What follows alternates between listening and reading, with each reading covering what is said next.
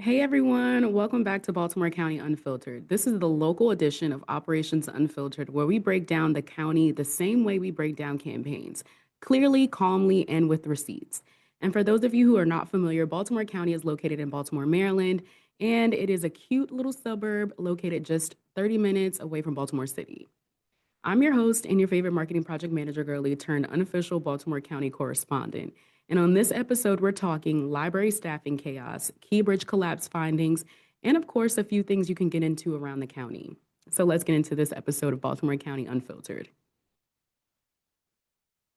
First up, the Baltimore County Public Library, because the operations were not operating.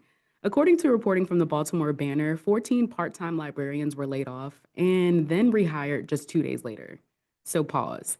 As a project manager, you already know this is not a workflow, this is a fire drill. Staff described the whole thing as confusing and painful. The union called the treatment dehumanizing. And in the middle of all of this, the library's HR director stepped down, which added even more chaos. So, for context, the Baltimore County Public Library has 19 branches, 500 plus employees, and a $51 million annual budget. So, when leadership makes sudden staffing decisions, it doesn't just impact the schedules, it impacts programs, services, and community trust. So, bottom line, this isn't just about layoffs. This was a communication breakdown and a reminder that even public institutions need to ensure that they have better people, processes, and tools to ensure that everything runs smoothly. Okay, next up, the Key Bridge collapse. Even though it physically happened in the city, Baltimore County is definitely feeling the ripple effects. According to the Baltimore Banner's breakdown of the latest NTSB findings, the cargo ship Dolly lost power multiple times before hitting the bridge. Why, you might ask? One single loose electrical signal wire, one tiny wire, led to a multi-billion-dollar disaster. Six construction workers who never made it to their home. The pier protection was also outdated and it wasn't built for ships of this size, which made the collapse even more catastrophic. And here's where the county comes in. We've all seen it. There's more traffic on 695, more congestion on 895, longer commute times, and a bigger impact on businesses and shipping routes.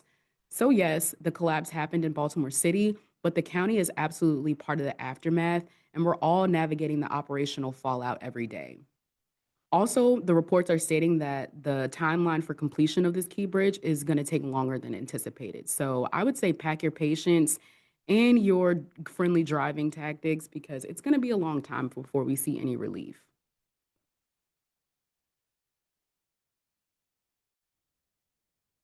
Okay, on a lighter note, let's shift gears to something that's more festive.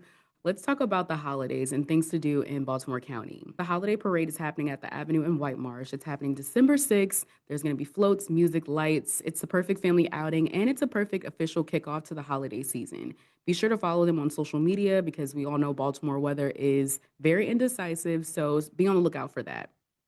Also, the White Marsh Volunteer Fire Company Train Garden. That is a mouthful. The White Marsh Volunteer Fire Company Train Garden. It's a Baltimore County classic and it's officially open for the season. Hours are as follows: Thursday and Friday from 3 to 8 p.m., Saturday and Sunday from 12 to 8 p.m. Admission is free, but donations help to support the volunteer firefighters. And of course, it's nostalgic, it's cozy, and it's one of those simple joys that makes the Baltimore County living feel like home. Okay, I know I've thrown a lot at you, but that was it for this episode of Baltimore County Unfiltered, your county, but with an operations unfiltered clarity. Don't forget, we covered the BCPL staffing situation, the Key Bridge collapse findings, and a few festive things happening this week. Huge thank you to the Baltimore Banner for the reporting that informed this breakdown. And if you enjoyed this episode, be sure to hit follow, share it with a friend, and of course, follow for next time. Thanks again.